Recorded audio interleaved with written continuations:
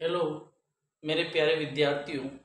Target classes में आपका हार्दिक अभिनंदन है। आज हम भूगोल विषय से संबंधित कक्षा 12 की पाठ्य पुस्तक मानव भूगोल के मूल सिद्धांत पर हम बात करेंगे। ठीक है, उसका भी हमने पहला अध्याय हमने लिया है, मानव भूगोल की प्रकृति एवं विशेषता। ठीक है, इस सत्र में जो भी टॉपिक हटा दिए गए हैं हम उन बिंदुओं से संबंधित कोई बात नहीं। ठीक है, हमें एग्जाम को ध्यान में रखते हुए विषय वस्तु को पढ़ेंगे। मुझे पूरी आशा है कि आपको इस विषय वस्तु का पूरा पूरा 100% लाभ मिले। आप मेरे साथ साथ नोट्स तैयार करते जाएं। ठीक है, मुझे आशा है कि आप ऐसा ही करेंगे और साथ के साथ याद करते चलें। ठीक है, चलते हैं अपन अपने विषय की ओर, समय को वेस्ट ना करते हुए, क्योंकि मैं भी आप ही की तरह एक विद्यार्थी हूँ। जिन गुरुओं से मुझे ज्ञान मिला उसी का मैं आपके सामने उपयोग कर रहा हूँ और मुझे आशा है कि आप भी भविष्य में ऐसा ही करें। चलो, टारगेट क्लासेज में आपका फिर से एक बार हार्दिक अभिनंदन। ठीक है, अपन कौन सा विषय पढ़ेंगे भाई? भूगोल। भूगोल में भी हमारी फर्स्ट बुक का नाम है मानव भूगोल के मूल सिद्धांत। भूगोल को अंग्रेजी में क्या कहा जाता है भाई? जियोग्राफी। क्या कहा जाता है? जियोग्राफी। ठीक है, भूगोल को अंग्रेजी में जियोग्राफी कहा जाता है, जिसकी उत्पत्ति यूनानी यूनानी या ग्रीक भाषा के दो शब्दों से मिलकर हुई। दो शब्दों से मिलकर हुई है, वो है एक आपका जियो प्लस एक है आपका ग्राफोस। ठीक है, तो भूगोल शब्द की उत्पत्ति ग्रीक या यूनानी भाषा के दो शब्द जियो प्लस ग्राफोस से मिलकर हुई है। जियो का यहाँ सामान्यतः अर्थ लिया जाता है, अर्थ से अर्थ मतलब पृथ्वी। जियो का अर्थ लिया जाता है पृथ्वी, और ग्राफोस का अर्थ लैटिन भाषा का एक शब्द है लोगस, जिसका शाब्दिक अर्थ होता है वर्णन करना। ठीक है, तो जियो का अर्थ लिया जाता है पृथ्वी, ग्राफोस का अर्थ लिया जाता है वर्णन। अर्थात शाब्दिक अर्थ के रूप में क्या हुआ? पृथ्वी का वर्णन करना। पृथ्वी का वर्णन करना। ठीक है, अर्थात भूगोल का शाब्दिक अर्थ क्या हो गया? पृथ्वी का वर्णन करना। यहाँ तक बात क्लियर है? भूगोल क्या है? यदि आपसे कोई भी पूछे तो आप कह रहे हैं भूगोल को अंग्रेजी में ज्योग्राफी कहा जाता है, जिसकी उत्पत्ति यूनानी या ग्रीक भाषा के दो शब्द जियो प्लस ग्राफोस से मिलकर हुई है, जिसका शाब्दिक अर्थ क्या होता है? पृथ्वी का वर्णन करना होता है। यहाँ तक लगभग किसी को कोई आपत्ति नहीं होनी चाहिए। अब बात आती है, ये जो भूगोल शब्द है, इस भूगोल शब्द का जनक, भूगोल शब्द का जनक, भूगोल शब्द का जनक किसे माना जाता है? तो भूगोल शब्द को सर्वप्रथम देने का श्रेय किसे दिया जाता है? तो भूगोल शब्द का सर्वप्रथम प्रयोग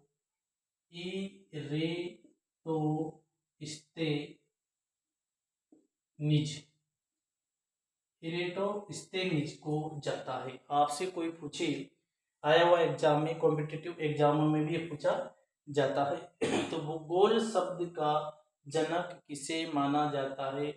तो इरेटोस्थेनिज को माना जाता है। यहाँ तक कोई समस्या नहीं है। ठीक है, भूगोल शब्द का सर्वप्रथम प्रयोग करने वाले विद्वान का नाम बताइए? तो इरेटोस्थेनिज। इस भूगोल शब्द को सबसे पहले किसने बोला या बताया? किसने? इरेटोस्थेनिज ने। इसके बाद आपसे पूछे क्या पूछे? भूगोल का जनक या पितामह।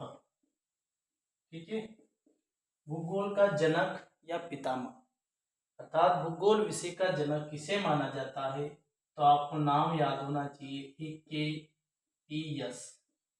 हिक्केटियस, हिक्केटस भी बोलते हैं, किताब में हिक्केटस लिखा हुआ है। ठीक है, तो भूगोल का जनक या पितामह किसे माना जाता है? हिक्केटियस को। इन्हें भी क्यों माना जाता है? क्योंकि इन्होंने कक्षा 11 में आपने पढ़ा होगा क्रमबद्ध उपागम दिया था, जिसमें भूगोल विषय को सुव्यवस्थित रूप प्रदान करने की वजह से इन्हें भूगोल का जनक माना जाता है, ऐसा माना जाता है।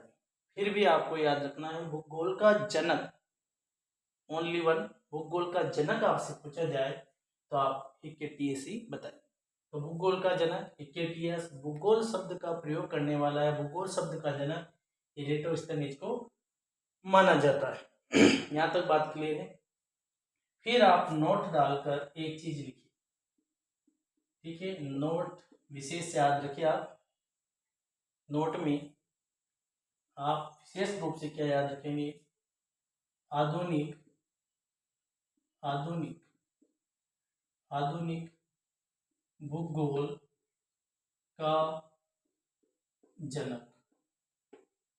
ठीक है, आधुनिक भूगोल का जनक किसे माना जाता है? तो आधुनिक भूगोल का जनक है अलेक्जेंडर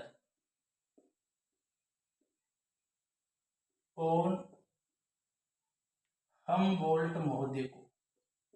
हमबोल्ट महोदय को आधुनिक भूगोल का जनक माना जाता है। यहाँ तक सभी बातें क्लियर हो गई। आधुनिक भूगोल का जनक आपसे पूछे, इसमें तो आपसे 12 क्लास में तो नहीं पूछा जाए, पर आप यदि ज्योग्राफी लैब असिस्टेंट देंगे 12वीं के बाद, वहां आपसे पूछा जा सकता है आधुनिक भूगोल का जनक कौन है? Alexander phone Humboldt.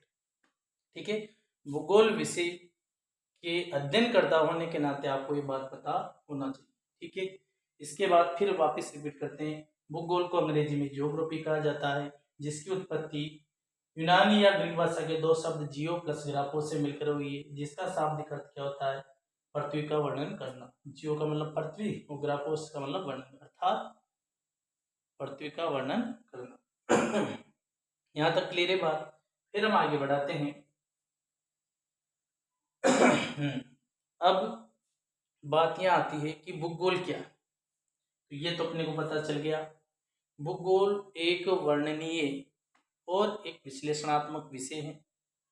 भूगोल मानव, भूगोल क्या करता है? भूगोल में हम क्या मानकर चलता है? पृथ्वी को मानव का अधिवास समझते उन सभी तथ्यों का अध्ययन करता है जिनसे मानव जुड़ा हुआ है। एक तरीके से आप सामान्य बात ये समझ। ठीक है, आपसे नहीं पूछा जाएगा, जो पूछी जाने वाली चीजें आपको ये भी नहीं पूछा जाए, पर अपने को नॉलेज होना चाहिए। अब आपसे पूछी जाने वाली बातें आ गई। भूगोल की शाखाएं। ठीक है, भूगोल की दो मुख्यतः शाखाएं होती है। पहली शाखा है भौतिक भूगोल, दूसरी शाखा का नाम है मानव भूगोल। जो हमारी पाठ्य पुस्तक भौतिक भूगोल आप कक्षा 11 में पढ़ के आए हो, कक्षा 12 में हम हमारी पुस्तक पहली पुस्तक का नाम है मानव भूगोल के मूल सिद्धांत। तो ये दूसरी शाखा होगी मानव भूगोल की। दो मुख्य शाखाएं होती है, भौतिक भूगोल और मानव भूगोल। ठीक है, वैसे 11th में आपको पता होगा भौतिक भूगोल का जनक कौन था? पोसिडोनियस। फिर बोले भौतिक भूगोल का जनक पोसिडोनियस और मानव भूगोल का जनक है फ्रेडरिक रेटजेल। ये आपसे डायरेक्ट पूछ लिया जाता है, टॉप मोस्ट है फ्रेडरिक रेटजेल। मानव भूगोल का जनक या पितामह किसे माना जाता है? फ्रेडरिक रेटजेल को। क्यों माना जाता है? क्योंकि इन्होंने एक पुस्तक लिखी थी एंथ्रोपोजियोग्राफी, हम आगे बात करेंगे। ठीक है, उस पुस्तक में वो सारी बातें बताई, हम आगे जानेंगे इस चीज को सब। ठीक है, तो दो बातें क्लियर है। भौतिक भूगोल की दो मुख्य शाखाएं हैं, भौतिक भूगोल और मानव भूगोल। भौतिक भूगोल का जनक पोसिडोनियस, मानव भूगोल का जनक फ्रेडरिक रेटजेल। ठीक है, यहाँ तक क्लियर है मामला। और भूगोल की इन दो शाखाओं को विभाजन करने का श्रेय भी, ये जो दो शाखाएं हैं ये हंटिंगटन महोदय को दिया जाता है। वैसे तो हमबोल्ट ने भी क्रमबद्ध उपागम ये दी थी, पर अपन को दो मुख्य हमारी विषय वस्तु के आधार पर हम इसी को, क्योंकि कक्षा 12 के हिसाब से मेरे को चलना है, तो भूगोल की दो मुख्य शाखाएं भौतिक भूगोल और मानव भूगोल, आपको याद हो गया। भौतिक भूगोल का सामान्य हम जो साधारण भाषा में बताते हैं तो इसका संबंध किससे होता है? प्रकृति से। ठीक है। भौतिक भूगोल का संबंध है प्रकृति से। सीधा सा समझिए आप, प्रकृति से जो भी हमें मिला, ठीक है, जैसे पर्वत, पठार, नदी, जलवायु, पर्वत, पठार, मैदान, ठीक है, ये सभी क्या है? प्रकृति से जो भी हमें मिला है, उन सभी घटकों या तत्वों का अध्ययन हम किसमें करेंगे? भौतिक भूगोल। मानव भूगोल में उन सभी तथ्यों का अध्ययन करेंगे जो मानवीय क्रियाकलापों से निर्मित हुआ हो। तो मानवीय क्रियाकलापों से निर्मित सभी भूदृश्य या घटक, उनका अध्ययन हम मानव भूगोल में करते हैं। और मानव भूगोल का संबंध किससे होता है? प्रकृति से। तो मानव भूगोल में हम क्या करेंगे? प्रकृति और मानव के बीच अंतर संबंध को हम पढ़ेंगे। जब भी हम आगे परिभाषाएं पढ़ेंगे उनमें दो शब्द जरूर आएंगे, प्रकृति और मानव के बीच अंतर संबंध होगा जब हम मानव भूगोल को परिभाषित करेंगे। ठीक है, तो अभी हम यहाँ बात करते हैं भौतिक भूगोल। भौतिक भूगोल से आप क्या समझते हैं? तो भौतिक भूगोल में भौतिक पर्यावरण का अध्ययन किया जाता है, अर्थात प्रकृति से जो भी हमें मिला उन सभी घटकों या तत्वों का अध्ययन किया जाता है। परिभाषा आप विशेष याद रखें, भौतिक भूगोल में भौतिक पर्यावरण का अध्ययन किया जाता है, जैसे जलवायु, मिट्टी, खनिज, पर्वत, पठार, मैदान इत्यादि इत्यादि। ठीक है, मानव भूगोल मानव भूगोल के जनक पता चल गया आपको, फ्रेडरिक रेटजेल है। ठीक है, इसकी विशेष मानव भूगोल का वैसे विद्वान की ही परिभाषा आप आगे याद रखेंगे, फिर भी अपन जान लेते हैं मानव भूगोल क्या करता है।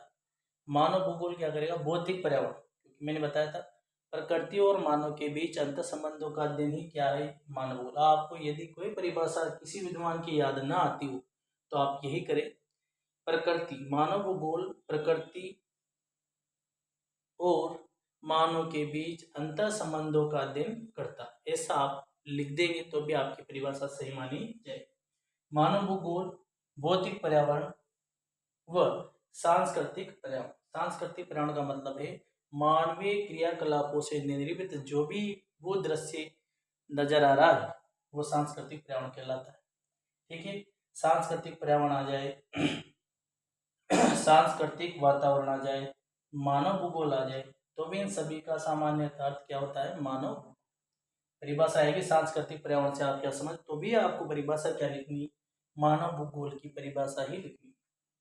ऐसे भौतिक भूगोल की जगह जैसे आ गया भौतिक पर्यावरण से आप क्या समझते हैं, तो ये लिखना है। भौतिक भूगोल में का ही परिभाषा आपको लिखना है। भौतिक भूगोल में भौतिक पर्यावरण का अध्ययन किया जाता है, जैसे जलवायु, मिट्टी, खनिज इत्यादि। ठीक है, तो मानव भूगोल की परिभाषा देखें अपन। मानव भूगोल भौतिक पर्यावरण व सांस्कृतिक पर्यावरण के बीच होने वाले संबंधों का अध्ययन। पहली बात, मानव भूगोल भौतिक पर्यावरण व सांस्कृतिक पर्यावरण के बीच होने वाले संबंधों का अध्ययन। इसके अलावा मानवीय परिगणनाओं के स्थानिक वितरण, स्थान विशेष में मानवीय परिगणनाएं जो घटित होती है उन सभी का अध्ययन भी हम किसमें करेंगे? मानव भूगोल। और साथ ही सामाजिक और आर्थिक विभिन्नताओं का अध्ययन भी हम मानव भूगोल में करते हैं। तो परिभाषा एक साथ हम बोलेंगे तो याद रखना है आपको। वैसे परिभाषा हम विषय को समझने से संबंधित लिख ले। परिभाषा आपसे पूछी जाएगी तो जिन विद्वानों ने मानव भूगोल को परिभाषित किया है, सिंपल परिभाषा है, आप उसको लिखेंगे। ठीक है, मानव भूगोल से आप क्या समझते हैं? तो मानव भूगोल भौगोलिक पर्यावरण या भौतिक पर्यावरण व सांस्कृतिक पर्यावरण के बीच होने वाले संबंधों, मानवीय परिगणनाओं के स्थानिक वितरण,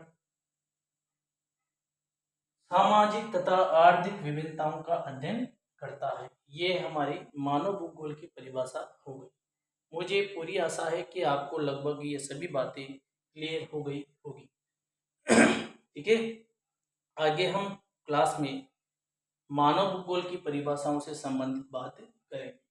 फिर एक बार मैं जाते जाते रिपीट कर देता हूँ, और इस 15-20 मिनट के वीडियो के माध्यम से मैं आपको संपूर्ण कोर्स कराने की पूरी कोशिश करूँगा। वापिस से भूगोल क्या है? भूगोल को अंग्रेजी में ज्योग्राफी कहा जाता है, जिसकी उत्पत्ति यूनानी या ग्रीक भाषा के दो शब्द जियो प्लस ग्राफो से मिलकर हुई है, जिसका शाब्दिक अर्थ होता है जियो का मतलब पृथ्वी, ग्राफोस यानी वर्णन करना, अर्थात शाब्दिक अर्थ हो गया पृथ्वी का वर्णन करना।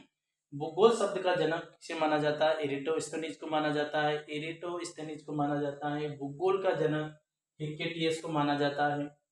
ठीक है, आधुनिक मानव भूगोल का जनक यदि आपसे पूछे तो आप क्या बताएंगे? Alexander on Humboldt. इतना बड़ा याद न रहे तो हमबोल्ट जरूर याद रखें। ठीक है, भूगोल की दो मुख्य शाखाएं होती हैं, भौतिक भूगोल और मानव भूगोल। भौतिक भूगोल का जनक पोसिडोनियस, मानव भूगोल का जनक फ्रेडरिक क्रेटजे, जर्मन भूगोलवेत्ता है। भौतिक भूगोल से आप क्या समझते हैं? भौतिक भूगोल में भौतिक पर्यावरण का अध्ययन किया जाता है, जैसे जलवायु, मिट्टी, खनिज, पर्वत, पठार, मैदान इत्यादि।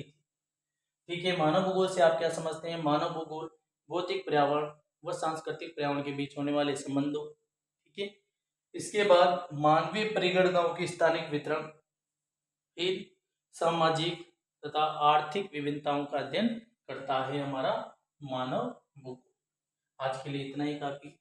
सभी विद्यार्थियों को फिर से आपको कोटि कोटि धन्यवाद, और मुझे आशा है कि आपको विषय समझ में आया होगा, और इसको आप नोट्स फॉर्म में उतारे, एक बार स्क्रीनशॉट आप ले लें। ठीक है, और नोट्स आप कॉपी में जुगाती उतारे। जैसे ही क्वेश्चन आएगा मैं आपको क्वेश्चन का फॉर्म भी बताऊंगा, इस तरह से आपसे क्वेश्चन पूछा जाएगा और आपको बताना।